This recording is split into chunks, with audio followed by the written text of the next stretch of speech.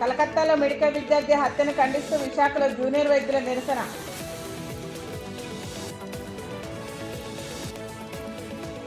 భద్రాచలం రామాలయ భూముల అక్రమ కట్టడాల కూల్చివేతపై ఉద్రిక్తత.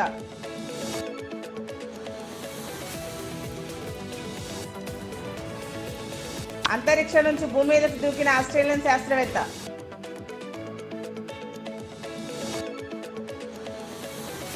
కొమరంభీం జిల్లా రెబ్బెన మండలంలోని ప్రాథమిక వ్యవసాయ సహకార సంఘం బ్యాంకు రైతుల రుణాల పేరిట భారీ మోసం. కొమరంభీం జిల్లా రెబ్బెన మండలంలోని ప్రాథమిక వ్యవసాయ సహకార సంఘం బ్యాంకు రైతుల రుణాల పేరిట భారీ మోసం బయటపడింది. రైతుల ప్రమేయం లేకుండానే రైతుల రుణమాఫీ తీసుకున్నట్టు ఉండడంతో ఒక్కసారిగా రైతులు అవాక్కయ్యారు. ఇదేంటని రైతు సంఘం బ్యాంకు వద్దకు చేరి రైతుల ఆందోళన చేపట్టారు. రైతుల పేరిట రుణాలు ఉన్నట్టు చూపెట్టడం, ప్రభుత్వం నుంచి వచ్చే రుణమాఫీని కాజేస్తున్న అక్రమార్కులను బయటపెట్టాలని పరిశీలనకు వచ్చిన జిల్లా అధికారులను సైతం అడ్డుకున్నారు. ఒకవైపు సహకార సంఘం బ్యాంకు అధికారుల చేతివాటమా లేక పాలకవర్గాల చేతివాటమా అనే సందిగ్ధత ఏర్పడింది. ఇదే అంశంపై మరింత సమాచారాన్ని మా ఆదిలాబాద్ ప్రతినిధి రమేష్ అందిస్తారు. ప్రత్యేకించి మరి ఆడిట్ ఆఫీసర్ వచ్చారు. ఆడిట్ ఆఫీసర్ కూడా దాట వేసే ప్రయత్నం చేసి రైతులందరూ కూడా ఆటగిస్తున్నారు. నిజానికి ఆడిట్ శాఖకు సంబంధించి బృందం అంతా వచ్చి తనిఖీ చేయాల్సి ఉండగా ఒకే ఒక అధికారి వచ్చి మరి పరిశీలిస్తున్నాం అన్నట్టుగా దాట వేసే ప్రయత్నం చేస్తున్నారు. మొత్తం మీద రైతులకు సంబంధించి రుణమాఫీ ఖాతాల నుంచి మరి ఏదైతే మరి తీసుకొని వ్యక్తుల రైతులకు కూడా మరి రుణమాఫీ పడడం, ఆ విషయంలో మరి వాళ్ళకే తెలియకుండా మరి ఈ రుణాలు ఎలా వచ్చాయి, ఎలా కాజేశారనే విషయంపై మరి సర్వత్రా ఉత్కంఠ నెలకొంది. కొమరంభీం జిల్లాలోని రెబ్బెన మండలం వ్యవసాయ శాఖ ఏదైతే సహకార బ్యాంకులో ఏదైతే కోట్ల మేర అవినీతి జరిగిందని మరి రైతులైతే వాపోతున్నారు. దీనికి సంబంధించి అధికారిని కూడా అడ్డగించి మరి ఇక్కడ న్యాయం జరిగేంత వరకు కూడా మీరు కదిలేది లేదంటూ మరి రైతులందరూ కూడా అడ్డగించుకున్న ప్రయత్నం చేశారు. మరి రైతులు ఏమంటున్నారో అడిగి తెలుసుకున్నారు. రైతు రుణమాఫీ ఇచ్చినప్పుడు మొత్తం మీద రెబ్బెన మండలంలోని వ్యవసాయ శాఖ సహకార సంఘం నుంచి మరి అక్రమాలు బయటపడ్డాయి. దీనిపైన మరి ఇటు అధికారులు అక్రమాలు చేశారా మరి లేకుంటే ఈ తప్పిదాలు పాలక వర్గమా అనేది అయితే ఇద్దరి మధ్య సందిగ్ధత ఏర్పడ్డది. మరి మనతోటి పాలక వర్గ మరి సభ్యులతో పాటు చైర్మన్, వైస్ చైర్మన్ కూడా ఉన్నారు. అసలు తొప్పే ప్రయత్నం ఎందుకు జరుగుతుంది, అసలు అవినీతి అక్రమాలు ఏడు జరిగాయని అడిగి తెలుసుకున్నాం. చెప్పండి సార్, అక్రమాలు జరిగాయా, ఏ విధంగా జరిగాయి, నెట్ వేసే ప్రయత్నం ఎందుకు జరుగుతుంది? సహకార సంఘంలో ఏదైతే అవినీతి జరిగిందని వచ్చినటువంటి ఆరోపణ ఏదైతే ఉందో దానికి ఆడిట్ ఆఫీసర్ కూడా ఇక్కడ రావడం జరిగింది. చాలా మంది రైతుల పేర్లు కూడా అంటే అటు ఎన్ఓసి ఇచ్చిన తర్వాత కూడా సహకార బ్యాంక్ లో లోన్ తీసుకున్నట్టుగా మరియు వాళ్ళు వ్యక్తిగతంగా తీసుకున్నటువంటి లోన్లు ఏదైతున్నాయో దక్షిణ గ్రామీణ బ్యాంక్ కావచ్చు, ఎస్బీఐ, ఆంధ్ర బ్యాంక్ కావచ్చు, అక్కడ తీసుకున్న లోన్లు ఏదైతున్నాయో అవి 2 లక్షల కంటే ఎక్కువ అవడం వల్ల వాళ్ళకి రైతులందరూ కూడా నష్టపోయినటువంటి పరిస్థితి మన వాస్తవం నిజమే.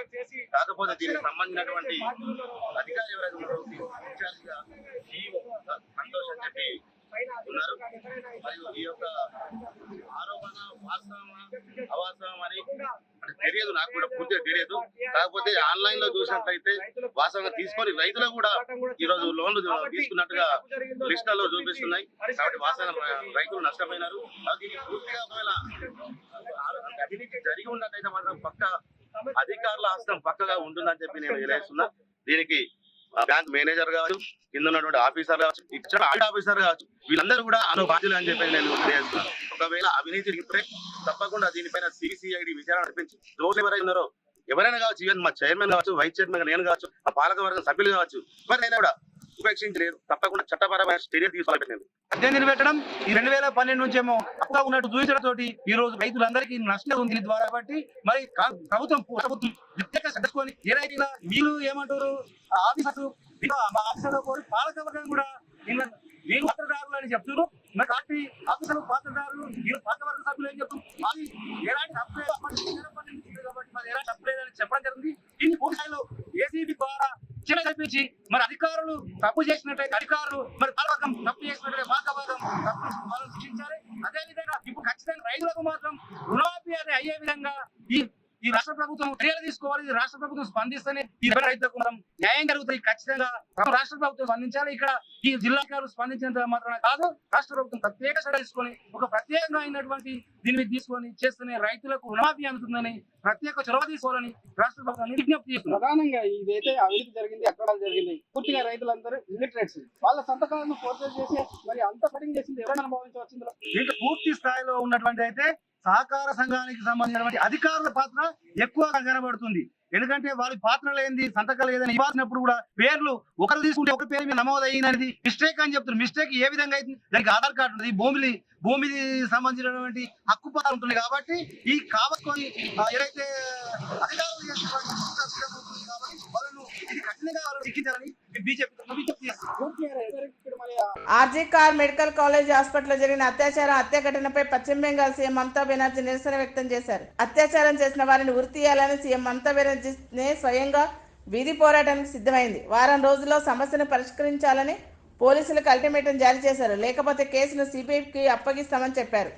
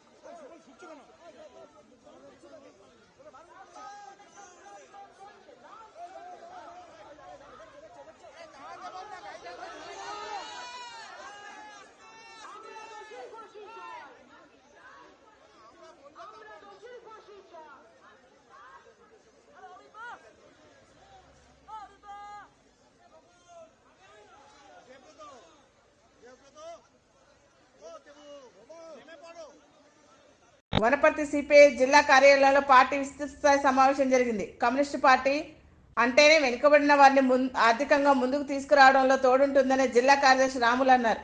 ఈ సమావేశంలో కేంద్ర రాష్ట్ర ప్రభుత్వాలు అనుసరిస్తున్న ప్రజా వ్యతిరేక విధానాలపై చర్చించారు.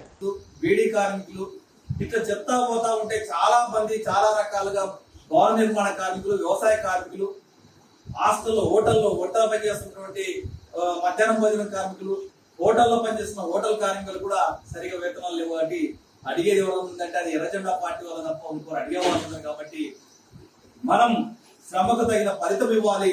చట్ట ప్రకారంగా శ్రమకు తగినటువంటి వాళ్ళకు వాళ్ళ చెమటకు కష్టానికి తగినటువంటి ఫలితం ఇవ్వాలని అడిగే పార్టీ ఏదైనా ఉందంటే అది ఎర్రజెండా పార్టీ. కాబట్టి ఇది ఎప్పటికీ మార్క్సిజం, లెనినిజం, కమ్యూనిస్ట్ పార్టీ అజరామరం అన్నది మనకు గుర్తించాల్సిన అవసరం ఉంది. ఈ పార్టీ ఇక్కడ లేదు, ఇది అంతమైంది అని చెప్పడానికి వీల్లేదు. ఎందుకంటే శ్రామికులు శ్రమ ఉన్నంత దినాలు, సూర్యుడు ఉదయిస్తున్నంత కాలం, ఉదయిస్తున్నటువంటి ప్రకృతి ధర్మం ప్రకారం ఎట్లుంటుందో కమ్యూనిస్ట్ పార్టీ కూడా శ్రామికులు శ్రమ ఉన్నన్ని దినాలు కమ్యూనిస్ట్ పార్టీ అగ్రామరం ఉంటుందని. భద్రాచల రామాలయ భూముల అక్రమ కట్టడంలో అధికారులు తొలగించే ప్రయత్నం చేశారు. అక్రమదారులు రామాలయం రమాదేవిపై తిరగబడ్డారు. అనేక సంవత్సరాలుగా ఇక్కడే జీవిస్తున్నామని, తమకు వేరే ప్రాంతంలో పునరావాసం ఏర్పాటు చేయాలని వారు డిమాండ్ చేశారు. ఎటపాక రెవెన్యూ పోలీసు అధికారులు సంఘటనా స్థలానికి చేరుకొని వివాదం సద్దుమణిగేలా చేశారు. రామాలయం భూములు ఎటువంటి నిర్మాణాలు చేపట్టకూడదని గతంలో ఎంఆర్ఓ చెప్పిన ఎందుకు నిర్మాణం చేపట్టారని అక్రమదారులను ప్రశ్నించారు. ఇది తెలుసుకున్న కొందరు రామభక్తులు కట్టడాన్ని కొంతమేర కూలగొట్టారు. అక్రమైన నిర్మాణం చేపట్టిన వారే తొలగించాలని అధికారులు కోరారు. కంటెంప్ట్ అంటే తెలుసా పోనీ మీకు? కంటెంప్ట్ కేసులో మీరు కట్టినయచ్చా? మీరు ఏం చేస్తున్నారు చెప్పండి విఆర్ఓ గారు. What is your job responsibility? ఏముంది? జాబ్ చాట్ అయింది మీది. మరి ఎట్లా కట్టించారు మీరు? సమాధానం చెప్పండి. ఇక్కడ నాకు పట్టా ఉందా లేదా పర్మిషన్ ఉందా? మరి ఎలా కట్టిస్తున్నారు? ఆదివాసులు అని చెప్పేసి మా మీదకి దోమిస్తున్నారా? మా దాంట్లో అందరం ఆదివాసులమే. రాముడు భూములు అండి, దేవుడికి ఆదివాసులు ఉంటారా? దేవుడు భూములు కాపాడాల్సిన బాధ్యత మనకు లేదా? ఒక కేసు పెడితే కేసు తీసుకోరు, పోలీస్ స్టేషన్లో కొడితే కూడా కేసు తీసుకోవట్లేదు. ఇంకా మేము ఎవరికి చెప్పుకోవాలి ఈ అన్యాయాన్ని?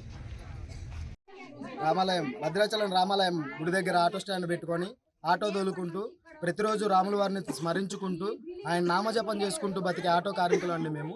మా భద్రాచలం ఊరి శివారులో గల మా రాముడు వారి భూముల్ని కొంతమంది అన్యాయంగా అక్రమంగా ఆక్రమించుకొని వాళ్ళ భూమి అని చెప్పి ఇక్కడ కట్టడాలు జరుగుతున్నాయండి. ఇది చూసి మా మనసు చెల్లించి మా రాముల వారి భూముల్ని మేము కాపాడుకోవాలి. మా రాముల వారు లేనిది మాకు బువ్వ లేదు, బుక్కి లేదు, బతుకు లేదు అని చెప్పి మా రాముల వారి ఆస్తిని కాపాడుకోవడానికి మేము స్వచ్ఛందంగా మా రామాలయం ఆటో యూనియన్ తరఫు నుంచి ఈవో గారికి సపోర్ట్ గా ఈ రోజు వచ్చామండి. జై శ్రీరామ్, జై శ్రీరామ్, జై శ్రీరామ్, జై శ్రీరామ్, జై శ్రీరామ్, జై శ్రీరామ్. కలకత్తాలోని జూనియర్ వైద్యురాలపై అత్యాచార ఘటనను ఖండిస్తూ భారతీయ వైద్య సంఘం ఐఎంఏ బద్వేల్ శాఖ వైద్య సంఘం ఆధ్వర్యంలో భారీ ర్యాలీ నిర్వహించారు. ఇటువంటి సంఘటనలు పునరావృతం కాకుండా ప్రభుత్వం కఠినమైన చర్యలు తీసుకోవాలన్నారు. విధి నిర్వహణలో వైద్యులకు రక్షణ కల్పించాలని డిమాండ్ చేశారు. బాధితురాలకు తగిన న్యాయం చేయాలని బద్వేల్ ఆర్డీఓకు వినతి పత్రం అందించారు. ఇక్కడ వైద్య వృత్తికి సంబంధించినటువంటి మహిళలు ఎక్కువగా అత్యాచారాలకు గురి అవుతున్నట్లుగా వార్తలు వస్తూ ఉన్నాయి. ఈ మధ్యనే పశ్చిమ బెంగాల్లో జరిగినటువంటి ఘోరమైనటువంటి ఇన్సిడెంట్ను చూసుకొని దేశవ్యాప్తంగా ఇండియన్ మెడికల్ అసోసియేషన్ ఆధ్వర్యంలో ప్రతి బ్రాంచ్ వాళ్ళు కూడా నిరసన కార్యక్రమాలు చేపడుతున్నారు. వీ వాంట్ జస్టిస్ అన్నారు. దేనికి? We want safety on duty. డ్యూటీలో రాత్రుల పూట ఎక్కువ మంది ఉండరు, కొద్దిమందే ఉంటారు. కాబట్టి ఈ ఆకతాయి విధవులు రాత్రుల పూట హాస్పిటల్కి దూరి మహిళల మీద అత్యాచారాలు చేయటము, చంపటము జరుగుతూ ఉన్నది. దీనికి నిరసనగా ఈరోజు ఈ నిరసన కార్యక్రమము ఐఎంఏ బద్వేల్ బ్రాంచ్ ద్వారా చేయటము జరిగినది. డాక్టర్ మౌమితాకి జరిగిన అన్యాయానికి ఎగెన్స్ట్గా చేస్తున్నాము. ఆ కల్ప్రిట్స్ని పనిష్ చేసేదాకా ఈ ప్రొటెస్ట్ ఆగదు. మనం ఇండియా ఏ గ్రోత్ స్టోరీ గురించి మాట్లాడుతున్నామండి. Trillion economy, third largest economy, ఇవన్నీ మాట్లాడుతున్నాం. కానీ మహిళకే రక్షణ లేనప్పుడు, వర్క్ ప్లేస్లోనే రక్షణ లేనప్పుడు మనం ఏ గ్రోత్ స్టోరీ గురించి మాట్లాడుతున్నాం? సో ఖచ్చితంగా దీని మీద యాక్షన్ తీసుకొని కల్ప్రిట్స్ని పనిష్ చేసి ఇంకొకరు ఇలాంటివి చేయడానికి సాహసించినట్లాంటి లాస్, స్ట్రింజెంట్ లాస్ తీసుకురావాలి. ఆసుపత్రి జిల్లా కేంద్రంలో వనపర్తి పట్టణం కాంగ్రెస్ పార్టీ అధ్యక్షుడు చీర్ల విజయ్ చంద్ర ఆధ్వర్యంలో కేటీఆర్ దిష్టిబొమ్మను దహనం చేశారు. మహిళలపై అనుచిత వ్యాఖ్యలకు నిరసనగా కేటీఆర్ దిష్టిబొమ్మ దహనం చేశామన్నారు. మహిళలపై అనుచిత వ్యాఖ్యలు చేస్తే తగిన బుద్ధి చెప్తామని విజయ్ చంద్ర హెచ్చరించారు.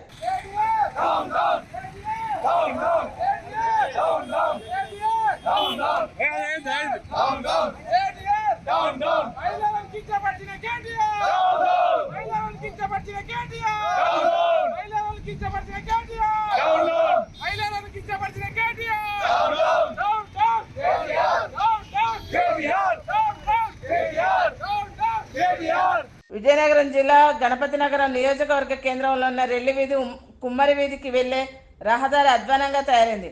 ఈ రహదారిలో పలువురు హోటల్ నిర్వాహకులు చెత్త చెదార వేయడం, పారిశుద్ధ్యం అధ్వానంగా తయారైందని 9వ వార్డు మెంబర్ ఎడ్ల గోపి తెలిపారు. పారిశుద్ధ్యం అధ్వానంగా ఉండడంతో ఈగల దోమల వల్ల మలేరియా, డెంగ్యూ వంటి వ్యాధులు వస్తున్నాయని ఆవేదన వ్యక్తం చేశారు.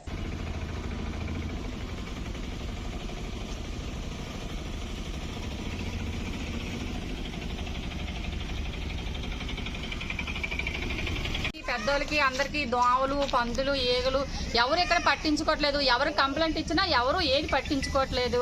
దీనికి కొంచెం కంప్లైంట్ ఇస్తున్నాం కాబట్టి ఇప్పుడైనా సరే కొద్దిగా యాక్షన్ తీసుకుంటారని మీకు తిప్పుతున్నాం. ఇంకా చేయకపోతే మేము ఇంకెక్కడికి వెళ్ళమంటే అక్కడికే వెళ్తాం. చిన్నపిల్లలు తిరుగుతున్నారు, వాటి కోసమైనా యాక్షన్ తీసుకోవాలి కదా. ఎవరు పెట్టా ఎవరు పట్టించుకోవట్లేదు. వస్తున్నారు, చూస్తున్నారు, వెళ్ళిపోతున్నారు, అంతవరకే జరుగుతుంది. కానీ యాక్షన్ అయితే ఎప్పుడు ఏ తీసుకోలేదు. అందరికీ జ్వరాలు గట్ట అన్ని బాగానే వచ్చేస్తున్నాయి. చిన్నపిల్లలు అయితే బయటకు రాలేకపోతున్నారు. కలకత్తాలో మెడికల్ విద్యార్థిపై హత్యను ఖండిస్తూ విశాఖలో జీవీఎంసీ గాంధీ విగ్రహం వద్ద జూనియర్ వైద్యుల ఆందోళన చేపట్టారు. దేశంలో ఇలాంటి సంఘటనలు పునరావృతం కాకుండా చూడాలని వారు డిమాండ్ చేశారు. వీరు చేస్తున్న నిరసనకు ప్రజా సంఘాలు మద్దతు తెలిపారు. విశాఖ కేజీహెచ్లో వైద్య సేవలు నిలిపివేసి ఎమర్జెన్సీ సేవలు మాత్రమే కొనసాగిస్తున్నారు.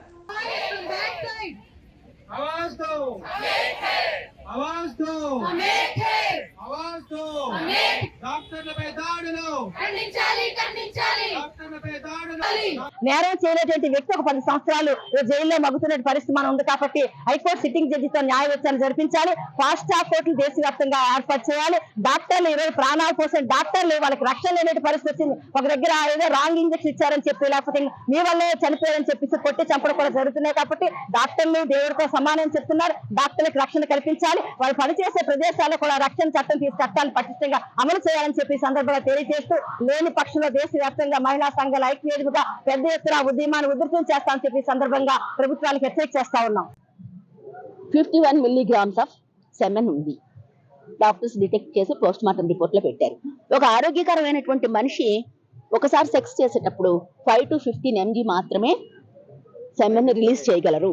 కాబట్టి అక్కడ అంతమంది అంత ఎక్కువ సెమెన్ ఉంది అంటే అక్కడ గ్యాంగ్ రేప్ జరిగింది అనేది మెడికల్ ఎవిడెన్స్ చెప్తూ ఉంటే మీరు ఇంకా ఒకరిని అరెస్ట్ చేసి వాడు ఉడితీయమని వాడు మనల్ని అడుగుతాడా?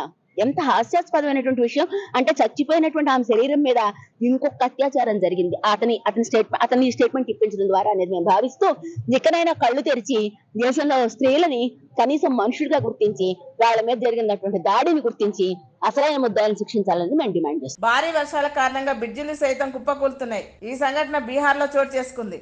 బీహార్ లో నిర్మాణంలో ఉన్న ఆగువాని సుల్తాన్ గంజ్ బ్రిడ్జి కుప్పకూలింది. ఇప్పటికే 2 సార్లు ఈ bridge కుప్పకూలింది.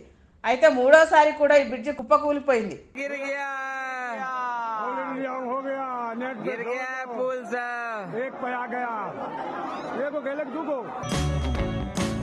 Please like, share and subscribe Master K TV.